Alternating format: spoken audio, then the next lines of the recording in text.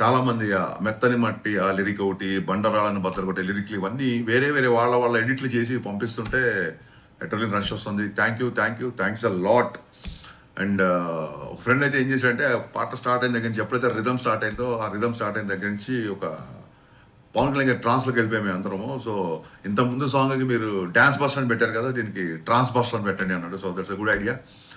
So ఈ పాట పవన్ కళ్యాణ్ గారి వ్యక్తిత్వానికి కొంచెం పర్సనల్ యాటిట్యూడ్కి దగ్గరగా ఉండడంతో కొంతమంది కొన్ని ఇంట్రెస్టింగ్ కన్సర్న్స్ రేస్ చేశారు. ఒకళ్ళు ఇద్దరు చేస్తే నేను వీడియో చేసేవాడిని కాదు, చాలామంది అడిగారు. సో వాళ్ళ డౌట్ ఏంటంటే, అన్న సినిమాలో పొలిటికల్ డైలాగ్స్ ఉంటాయా, పొలిటికల్గా రెఫరెన్స్లు కానీ అలాంటి డైలాగులు ఉంటాయా అని చెప్పి అడిగారు. సో ఈ విషయంలో క్లియర్గా చెప్పాల్సింది ఏంటంటే, డే 1 నుంచి పవన్ కళ్యాణ్ గారు సినిమాలాగా, సినిమా అంటే వినోదం, సినిమా వేరు పాలిటిక్స్ వేరు అనేది ఆయన డే 1 నుంచి మాకు అందరూ క్లియర్గా చెప్పారు. ఆయన కూడా అదే ఫాలో అవుతారు. అందుకే చూడండి, సిద్ధాంతపరంగా విభేదాలు ఉన్నా సరే పవన్ కళ్యాణ్ గారు వకీల్ సాబ్లో కానీ ఓజీలో కానీ ప్రకాష్ రాజ్ గారితో యాక్ట్ చేశారు. ఎందుకు యాక్ట్ చేశారంటే ఆయన పాలసీ పరమైన పోరాటం తప్ప పర్సనల్ పరమైన పోరాటం, పర్సనల్ అటాకింగ్ ఆయన ఎప్పుడేం చేయడు.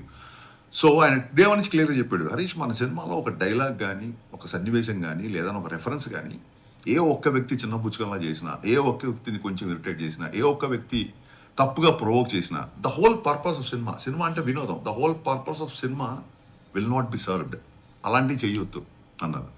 సో ఇప్పుడు గాజు డైలాగ్ ఉందంటే బ్రేక్ అయినా సరే అది పదునుగా ఉంటుంది, ఇంకా ఫైట్ చేస్తుంది అన్నట్టుగా మన హీరోకి ఎలివేషన్ ఉంటుంది తప్ప ఇంకోళ్ళని తక్కువ చేయడం కానీ, ఇంకోళ్ళ మీద సెటైర్లు కానీ, ఎటకారాలు కానీ లేవు, ఉండవు.